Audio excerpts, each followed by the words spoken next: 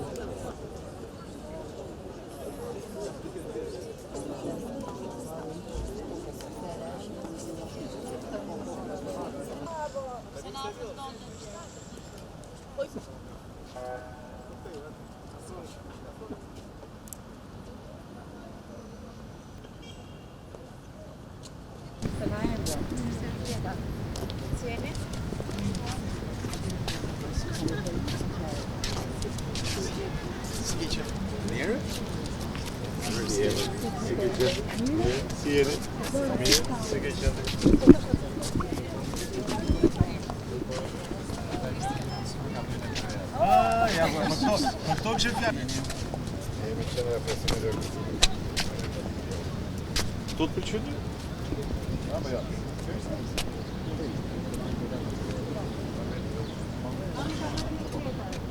Nuk është jenë në Vlorë, në Gjirokastër vetëm një të japi dhe ta numëroj. Tu në Vlorë të famë nërsa duash. Sepse këtu kemi ardhur të informojmë të rinj për kursin e përgatitjes oficiale dhe teknikë që ofrojmë mes.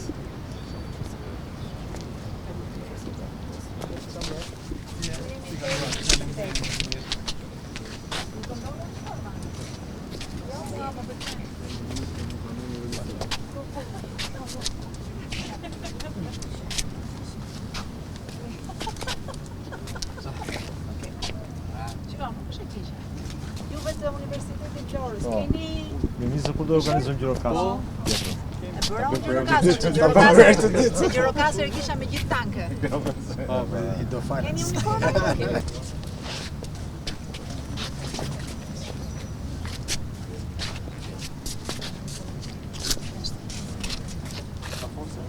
Forcat armatose, forcat armatose. Ai në akademia. Akademia.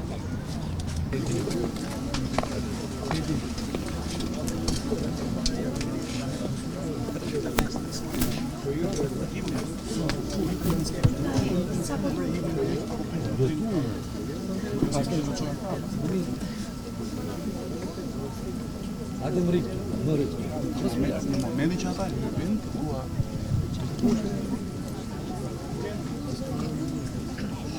së bashku himnin kombëtar të Republikës së Shqipërisë.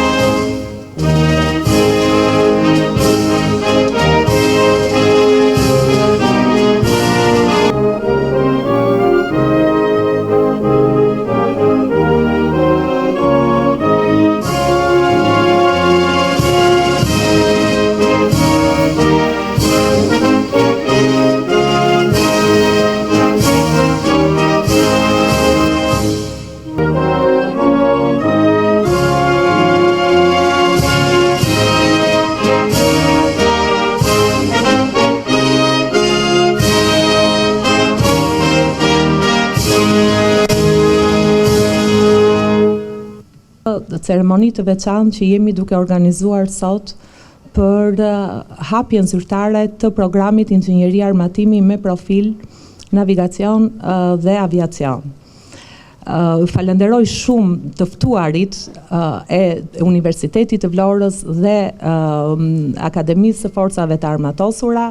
Falenderoj shumë autoritetet lokale që ndodhen këtu prezent për të ndarë së bashku këtë event të rëndësishëm. Falenderoj shumë deputetët, një pjesë të deputetëve të Vlorës që janë bashkë me ne, një pjesë të tyre i kemi edhe ende pjesë të personelit tonë akademik të universitetit, kështu që janë pjesë e gëzimit dhe kënaqësisë së përbashkët për këtë arritje të rëndësishme të universitetit dhe të Akademisë së Forcave të Armatosura. Kjo është një arritje shumë e rëndësishme për të dyja institucionet tona arsimore për shumë arsye. Para 6 muajve jemi mbledhur për herë të parë, kemi qenë të gjithë bashkë, institucionet dhe Ministria e Mbrojtjes në këtë universitet, dhe kemi nisur këtë rrugtim që shumë skeptik nuk mendonin që do arrinte të jepte një produkt kaq të rëndësishëm akademik për një kohë kaq të shkurtër, për një periudhë 6 mujore. Por puna e jashtëzakonshme, impenjimi, vullneti i Departamentit të Inxhinierisë dhe shefit të saj, zotit Pollum Cacaj, i Forcave të Armatosura, kolonel Dilaver Hoxhës, shefes kurikulës së Akademisë së Forcave të Armatosura, zonjës Blerina Vorpsi, që nuk është prezente këtu me ne, bëri të mundur që të kishim një produkt akademik ekselent me cilësi të jashtëzakonshme. Ky është një program i jashtëzakonshëm. Është program i jashtëzakonshëm sepse së pari është një risi, është program unik në Republikën e Shqipërisë dhe me gjasa dhe në gjithë rajonin përreth Shqipërisë. Po për më tepër, është një gur themeli në strategjinë kombëtare të mbrojtjes së Republikës së Shqipërisë, sepse kemi shumë të domosdoshme që përveç ngritjes së infrastrukturës fizike, të kemi dhe ekspert dhe profesionist të përgatitur për të zhvilluar më tej këtë lloj infrastrukture. Por mbi të gjitha ky është një program që më tepër se sa një formacion akademik është një platformë bashkëpunimi ndërinstitucional, një bashkëpunim i shkëlqyer, do thosha unë, midis dy institucioneve të arsimit të lartë të Republikës së Shqipërisë, si Universiteti të Vlorës, si Akademisë së Forcave të Armatosura, por mbi të gjitha me mbështetjen insistuese të Ministrisë së Mbrojtjes. Që të gjitha ne si institucione, jo me parime, jo me marrëveshje, jo me fjalë të themi në teori, por realisht që të treja institucionet tona kanë vënë në dispozicion të programit inxhinieri armatimit asetet e tyre më të mira. Kapacitetet më të mira akademike që neve kemi, infrastrukturën laboratorike që kemi projektuar për ta vënë në dispozicion të këtij programi, strukturat e praktikimit, strukturat e mbrojtjes që do jenë në dispozicion të formimit të inxhinierëve të ardhshëm të armatimit. Sfidat e mbrojtjes sot kanë çuar në transformime të rëndësishme mbi të gjitha edhe në dimensionin detar, edhe në dimensionin ajror, ashtu siç edhe në kibernetik apo teknologji. Dhe prandaj është shumë e rëndësishme që ne të përgatisim inxhinierët të së ardhmes që të jenë në gjendje të praktikojnë dhe të projektojnë teknologji të avancuara të armatimit apo mbrojtje inteligjente. Ju të dashur student, do të jeni brezi i cili do të udhëheq këto transformime teknologjike të mbrojtjes moderne të Republikës së Shqipërisë. Suksese edhe një herë në këtë rrugtim të jashtëzakonshëm akademik dhe profesional. Ministri i Arsimit, nderuar rektore, të nderuar të ftuar, pedagog dhe student. është nder për mua që përfaqësoj Akademinë e Forcave të Armatosura për hapjen e këtij programi të veçantë, i cili përbën themelin e industrisë sonë të ardhshme ushtarake. Ky program është hapur me iniciativë të veçantë të Ministrit të Mbrojtjes dhe mbështetur fuqimisht nga Ministria e Arsimit, bashkarisht, siç e përmendi dhe rektoria. Akademia e Forcave të Armatosura dhe Universiteti i Vlorës arritën që të selektojnë personelin më të kualifikuar për ta bërë këtë program sa më të plot dhe eficient, me të gjitha kurikulat, leksionet, lëndët e nevojshme për të dhënë dijet maksimale në këtë fushë mjaft të rëndësishme. Tani jemi në një hap shumë akoma më të rëndësishëm që është implementimi i këtij programi. Ato energji që kemi harxuar gjatë hartimit të këtij programi, bashkarisht do t'i harxojmë akoma më shumë për të dhënë dijet e duhura, për të bërë praktikarat e duhura mësimore, laboratorike, me qëllim që studentët të dalin të kualifikuar dhe të jenë të aftë jo vetëm për forcat e armatosura dhe industrinë ushtarake, pse jo dhe për tregun privat dhe civil që i shërben mbrojtjes dhe sigurisë kombëtare.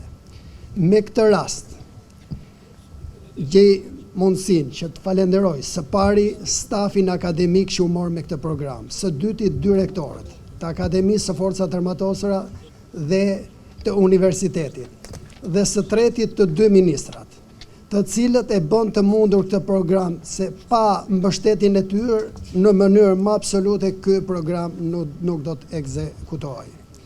Tashmë kemi studentët, të cilët përgjigjemi ne si personeli më i mirë i forcave të armatosura, ashtu edhe personeli i universitetit, për të dhënë atyre dijet e duhura, për të dhënë praktikat e duhura, për të marrë informacionin e duhur. Në këtë kontekst, Akademia e Forcave të Armatosura do t'i vendosi të gjitha resurset, burime njerëzore, materiale, didaktike, të gjitha muze, laboratore dhe forcat armatosura, toksore, ajrore dhe detare në dispozicion të tyre. Por kjo nuk është, le të themi, autoriteti im. Jam i bindur se me këtë do të na mbështesi Ministri i Mbrojtjes siç na ka mbështetur deri tani. Theksoj edhe një herë se për herë të parë në historinë shqiptare formësohen inxhinier armatimi me profil aviacion marin. Dhe kjo do të jetë një arritje e jashtëzakonshme kur këto student do të diplomohen dhe do t'i shërbejnë vendit tonë në fusha të ndryshme. Faleminderit gjithëve dhe suksese studentëve. Shumë faleminderit, shumë kënaqësi, po e relaksoj pak mirimin që kam për uniformën, mendoj që është një, më lejoni ta quaj pak në mënyrë metaforike, një martesë shumë e bukur. Një martesë shumë e bukur që i ka të gjitha shanset që të jetë edhe një martesë e lumtur në vazhdimsi dhe në krahun ose në pozicionin e Universitetit Arsimit Lartë dhe të Ministrisë së Arsimit, jemi në linjën e një politike që shkon drejt një kërkese prioritare në vitet që kemi përpara. Profilizimin e domosdoshëm të universiteteve. Nëse Universiteti i Vlorës ekziston dhe punon që të vazhdoj të jetë jo thjesht të mbjetoj, po të jetë atraktiv, të jetë i suksesshëm, na duhet patjetër të rishpikim vetveten, në kuptimin që të gjejmë forma të reja për të tërhequr student, jo thjesht ata që mbaruan, po student të 2030-ës, si një target i rëndësishëm që i kemi vënë vetes në integrimin europian, ku universiteti dhe arsimi i lartë kanë një gur shumë të rëndësishëm. Dhe ky master i ri është pikërisht një provë se si ne mund të rishpikim vetveten në kuptimin më të mirë duke kombinuar ekselencat tona, pa diskutim në fushën e arsimit lartë të forcave të armatosura, kemi modelet e ekselencës. Në mënyrën se si politika e re e Ministrisë Mbrojtjes dhe e Qeverisë Shqiptare në fushën e mbrojtjes për të zhvilluar industrinë e mbrojtjes është një revolucion që ka nisur sot dhe do të vazhdoj. Kombinimi i kërkimit shkencor, i arsimit lartë në këtë sektor nuk është thjesht një risi për pjesën e akademisë ushtarake, është risi dhe për universitetin. Sepse nëse këtë vit të parë kemi rreth 16-17 student, një grup të parë prej 17 studentësh, plus minus, më korrigjon Ministri i Mbrojtjes, uroj dhe jam e bindur që do të bëhet atraktive që nga bachelor të fushave dhe të sektorëve tjerë të studimeve të larta, po i quaj civile, të vijojnë këtë rrugë. Janë të tilla forma që jo thjesht krijojnë programe të reja mësimore, po janë të tilla forma të cilat bëjnë dhe kombinime dhe na japin mundësinë që të tilla kombinime Universiteti i Vlorës t'i bëj dhe me dek të tjera, nëse duam që Universiteti i Vlorës të ketë një jetë të gjatë përpara. E para kjo. E dyta, krijojmë dhe një mjedis të ri kulturor, sepse është një komunikim jo thjesht brenda për brenda universiteteve, midis akademisë ushtarake dhe Universitetit Vlorës. Është një bashkëtesë e re në qytet, në një territor i cili ofron praktikisht kombinimin më të mirë midis shkollës, turizmit, ekonomisë, bujqësisë dhe arsimit ushtarak. Prandaj nuk mund të kishte një kombinim më të mirë se sa me Universitetin e Vlorës, por inkurajoj dhe do t'i kërkoja publikisht Ministrit Mbrojtjes që të tilla kombinime në sektor të tjerë të shikojmë dhe me universitetet të reja, sepse është pikërisht profilizimi ai që do ta bëjë universitetin arsimin e lartë në përgjithësi, por universitetet tona specifike në qarqe të ndryshme të vendit jetë gjata. Nuk dua të zgjatem, besoj që keni bekimin më të mirë të mundshëm me vendin, se tani vin nga Italia për të jetuar në Vlorë, e vin nga vende tjera të Europës veriore për të jetuar në Vlorë. Besoj që do të jenë po kaq të lumtur dhe pedagogët e Akademisë Ushtarake që do të fillojnë të japin mësim këtu në Vlorë, se kur vjen në Vlorë për një herë ngelesh si puna ime për gjithmonë. Mirela, të nderuar pedagog, gjeneral, oficer, student në gjitha gradat dhe cilësitë tuaja, të nderuar koleg deputet. Kur para pak javësh, Mirela më informoi se aplikimi i përbashkët i Akademisë Forcave të Armatosura dhe Universitetit Ismail Qemali për një master të përbashkët inxhinieri armatimi ishte pranuar, që është e vërteta më gëzoi shumë. Mendova menjëherë se ndoshta ishte edhe si pasojë e faktit që generali i Akademisë është edhe dhëndër në tragjas, po që është e vërteta i gjithë stafi dhe vetë ministri patjetër është nusën në Vlorë, po që është e vërteta të gjitha stafet të dyja ministrive kanë bërë një punë të lavdërueshme dhe shumë entuziazmuese në një vit praktikisht, dhe nuk është e lehtë të çelësh një program të ndërtosh kurrikula, por ka qenë një disiplinë, një punë e një mend dhe dua t'i falenderoj stafet përkatëse. Siç e dini, aftësitë teknologjike, aftësitë në inovacion, aftësitë prodhuese imponojnë mënyrën se si mbrohemi, imponojnë edhe deri diku të ardhmen e fatet e kombeve, dhe kjo është veçanërisht e vërtet për sa i përket vendeve të vogla siç është vendi ynë. Por në mënyrën se si ne kemi filluar ta konsiderojmë bashkëpunimin me institucionet civile, buron nga fakti që inovacioni dhe prodhimi janë fakt dy elika që çojnë përpara një anije apo dy elika që çojnë përpara të njëjtin avion. Por nuk më mbaron këtu puna jonë, nuk mjafton karburanti për të çuar përpara mjete dhe teknologji. Ne duhet të investojmë fuqimisht në dije, në personel të formuar dhe në kapital njerëzor. Dhe kjo është shtylla kryesore në fakt e strategjisë edhe të qeverisë shqiptare, qoftë për arsimin, qoftë për arsimin profesional, qoftë për arsimin e lartë, qoftë për arsimin ushtarak. Dhe në këtë këndvështrim Universiteti i Vlorës ishte partneri ideal, nga pikpamja traditës që ka, qoftë Vlora në aviacion dhe ndetari, nga pikpamja aftësive të stafit akademik, dhe nga pikpamja e ambicieve të artikuluara qoftë nga vetë stafi akademik, qoftë edhe nga ministria për sa i përket specializimit dhe ofrimit të një mundësie shkëlqimi të ri për këtë universitet. Kur e nisëm bisedën në Ministrinë e Arsimit, ideja kyçe ishte si mund të shkojmë përtej paktit me universitetin. Në mënyrë që mos të ofrojmë vetëm një kurrikul, por të ofrojmë mundësinë e një ekosistemi të ri. Dhe këtu ekosistemi që duam të krijojmë ka të bëjë me lidhjen e shërbimit ushtarak me laboratorin, pra me dijen, dhe nga ana tjetër lidhjen e dijes me veprimin me terrenin. Dhe besoj se kemi gjetur një trekëndësh suksesi shumë interesant në Vlorë, i cili mund të bëjë bashkë botën akademike, industrinë ushtarake dhe institucionet e sigurisë. Dhe kjo është e artikuluar në 3 projekte thelbësore, siç ju e dini fare mirë, aeroporti i Vlorës dhe nga ana tjetër rilindja e shkollës aviacionit në Vlorë, e cila është në proces e sipër. Kemi ekonominë blu në Vlorë, qoftë në trajtën e turizmit, por edhe në trajtën e industrisë, shumë e më shumë. Dhe nga ana tjetër, ringritja po ashtu e bazës së Bunavis si një bazë formimi ushtarak elitar. Dhe besoj në këtë trekëndësh ne duhet patjetër, qofshin këto institucione arsimit lart civil apo ushtarak, duhet patjetër të investojmë fuqimisht ndaj dhe ky program masteri.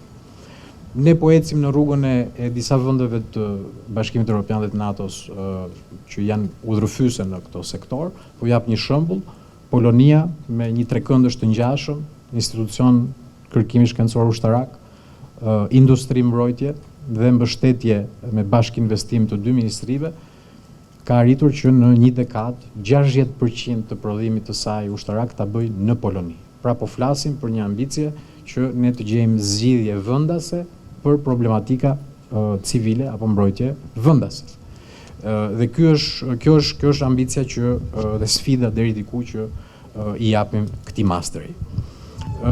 Besoj që është një moment që të reflektojmë pak për ecurinë e deri tanishme edhe të kurrikulave ushtarake, të cilat duhet të ofrojnë mundësi që civilët të na bashkohen, sepse ne kemi edhe civilët të mbrojtjes, nuk kemi vetëm ushtarak, dhe duam të tërheqim sa më shumë inxhinier për misione specifike, sidomos për sa i përket teknologjisë, mbrojtjes kibernetike apo dhe elementeve që lidhen me aviacionin dhe detarinë, siç është rasti në Vlorë. Nuk do zgjatem shumë, dua të falenderoj edhe një herë Ministrinë e Arsimit, stafin akademik të përbashkët dhe të uroj veçanërisht të 16 studentët që nisin sot një kapitull të ri dhe deri diku marrin dhe guximin fakt që ta çelin këtë rrugë për një shkëlqim të ri edhe për brezat që pasojnë. Ju prifte mbara. Tregon që kemi filluar dhe kemi nevojë për hapësira të reja edhe ligjore. Kështu që unë po përfitoj nga ky moment për të ndarë edhe me stafin pedagogjik, me trupën pedagogjike të Universitetit të Vlorës dhe përmes jush një informacion që e kam dhënë dhe kur në takime të tjera me universitetet, ka ardhur koha të rihapim kantierin e ligjit për arsimin e lartë.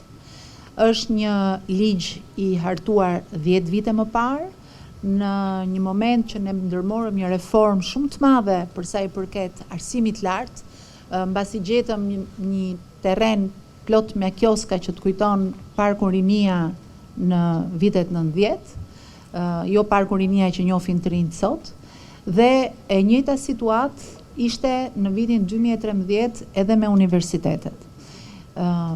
Ligji i arsimit lart vendosi shumë piketa të rëndësishme, vendosi shumë rregulla të reja.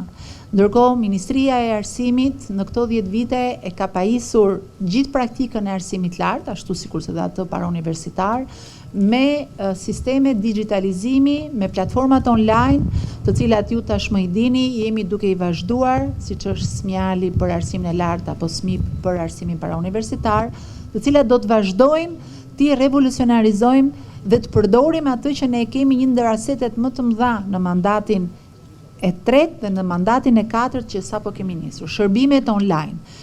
Vetë qendra e shërbimeve arsimore do të revolucionarizohet dhe do të kthehet në një agjenci autonome të shërbimeve arsimore për ta hapur gamën e shërbimeve të arsimore për të gjitha kategoritë, si për privatët edhe për publikun.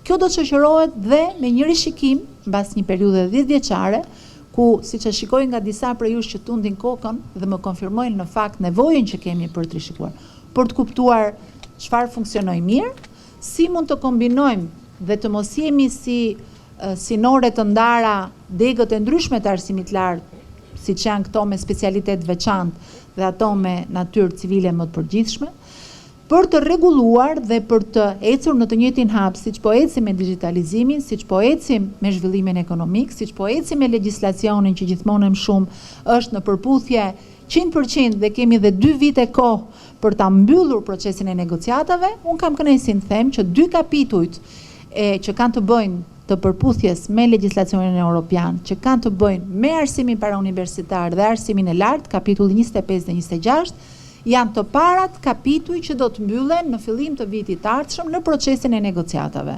Prandaj, kjo do të shkojë paralel dhe me hapjen e këtij kantieri të ri ligjor, që do të jetë ligji, rishikimi i ligjit për arsimin e lartë, ndërkohë që kemi miratuar vitin e kaluar ligjin për shkencën dhe jemi në fazën e plotësimit të akteve në ligjore. Është një kantier ligjesh që e udhëheq ministria, por që do të shkojë në një proces shumë intensiv vajtje ardhje midis të gjitha kategorive që janë aktor, e kam fjalën konkretisht për student, pedagog, për dhe ata të cilët përfitojnë nga produktet e arsimit lartë. Kështu që na vaf të mbar, thjesht doja të ndaja me ju që kemi punë përpara për të bërë dhe këtë do ta bëjmë bashkë. Çdo kontribut do të jetë i mirëpritur. Nëse s'ka komente, Paska, po. Vitin e dytë bachelor për matematik. Faktikisht pyetja që do bëj nuk ka shumë lidhje me masterin që është hapur tani, por mendoj që ka lidhje me ne dhe me të ardhmen e këtij vendi. Atëherë unë synoj për të bërë pedagoge, por fakti që është një degë e vështirë dhe fakti që na duhet edhe të punojmë për të mbështetur jetesën e të tjerë, flas këtu edhe për gocat e tjera që janë në degën tonë, na bën që ta kemi pak të vështirë për ta zgjedhur si degë. Viti i parë si vjet është i mbyllur, pasi nuk ka kërkesë për student, kështu që po mendoja, po sikur matematika të vendoset si degë prioritare në universitetin tonë. Kjo do jetë një mënyrë që edhe studentët të angazhohen më shumë, edhe të kemi mundësi që të përkushtojmë më shumë tek studimet, sesa tek gjetja e një pune, për shembull. Shiko, unë mendoj që ju keni të drejtë kur thoni që është një degë e vështirë. Edhe unë ju përgëzoj që e keni zgjedhur. Ata që e përzgjedhin nuk e përzgjedhin nga halli, po e përzgjedhin sepse kanë dëshirë, talent, pasion. Nga ana tjetër, unë uroj që me hapjen e këtij masteri, ju mund të keni mundësinë që, pasi të keni mbaruar bachelorin për matematik, të mund të merrni një kthes drejt këtij master ose mastereve të tjerë, të cilët kërkojnë një formësim në ato që quhet grupi i lëndëve shkencore, matematik, fizik. Dhe vështirësia për të ndjekur studimet është globale, ku rutina e mirë e studentëve që edhe studiojnë dhe punojnë është në gjithë Europën, në gjithë botën dhe nuk ka pse të mos jetë edhe këtu në Shqipëri dhe në Vlorë. E kemi vënë në lëndet prioritare në të cilat i nxisim, por sigurisht kjo është në radhë të parë jo thjesht çështje se ç'sa bën ministria. Unë do thoja edhe sa bën universiteti i Vlorës, i Tiranës apo cili do universitet për ta bërë atraktive dhe për ta nxitur aplikimin në këto fusha. Duke mos pritur ditën kur bëhen aplikimet, po duke nisur punën vite më parë në për gjimnazet, në për shkollat, qofshin ato profesionale apo gjimnazet përgjithshme, për t'i tërhequr dhe për t'i nxitur. Është një lloj gare e hapur. Dhe në qoftë se pyetja juaj pastaj është më konkrete për pjesën e bursave, zonja ministre, këtë vit ka qenë inxhinieria navale dhe matematik fizika si pjesë e programeve prioritare për cilën studentët do marrin një bursë të konsiderueshme, që është 400.000 lekë të vjetra, por për ta është më se mjaftueshme. Por matematika, programi matematikës ka 2 vjet, ka qenë para 3 vjetësh dhe ka 2 vjet që nuk është pjesë e kësaj liste. Këtë prandaj po, sepse për shembull në studentët para rendës, para 2 viteve kanë përfituar këtë bursë dhe ky është shqetësimi i vajzës. Tani ky është një program që formson mësuesit matematicianë të ardhshëm që faleminderit e di. Universiteti nuk ma ka sjell mua se s'ka pasur kohë duke qenë se sa e ka marrë detyrën, po patjetër që do ta shikojmë dhe përderisa e kemi pasur, do ta rikonsiderojmë dhe nuk dua të marr tu premtim sepse duhet që të shikojmë se si është e programuar kjo por unë e shnova, e mbajta vath në vesh edhe të falenderoj shumë. uroj dhe të kemë në krah që të bësh punë nxitse për të ofruar të tjera shoqe në aplikimin e vitit të ardhshëm. Shumë faleminderit.